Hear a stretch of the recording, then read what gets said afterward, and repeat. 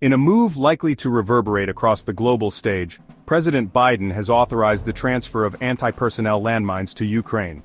The decision, announced amidst heightened tensions with Russia, is a stark departure from previous U.S. policy and has ignited fierce debate. Proponents argue that the mines are essential to bolstering Ukraine's defense against Russia's relentless aggression. Critics, however, warn of the devastating long-term consequences for civilians long after the guns have fallen silent. The Biden administration insists that the decision, while fraught with ethical dilemmas, was made after careful deliberation and with the understanding of the potential risks. The urgency of the situation, they argue, necessitates the deployment of these weapons. The administration emphasizes that the transfer comes with strict conditions, demanding Ukraine's assurance that the mines will be used responsibly and solely within its territory. If you found this video informative, please like and subscribe to our channel for more updates on global events. Don't forget to hit the notification bell to stay informed. The conflict in Ukraine, now in its third year, has been a brutal affair characterized by relentless shelling, trench warfare, and a staggering loss of life on both sides. Russia's invasion, launched in February 2022, has been widely condemned as a violation of international law, and the ensuing conflict has had profound geopolitical ramifications.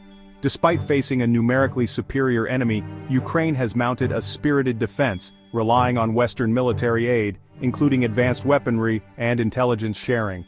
The use of landmines, while banned by many nations under the 1997 Ottawa Convention, has been a grim feature of the conflict.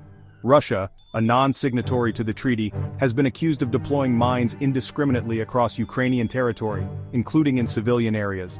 These mines pose a significant threat to civilians, hindering reconstruction efforts and leaving a legacy of fear and danger long after the fighting has ceased.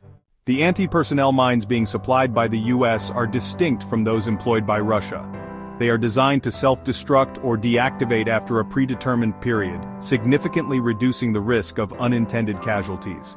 This smart mine technology, while not foolproof, is intended to mitigate the long-term humanitarian impact. Ukraine has given assurances that these weapons will be used judiciously and in accordance with international humanitarian law. They argue that the mines are essential for defending their territory, particularly against Russian probing attacks and attempts to advance. The decision to send landmines to Ukraine, however, remains deeply divisive. Human rights groups have condemned the move, warning of the potential for civilian casualties and the long-term environmental consequences.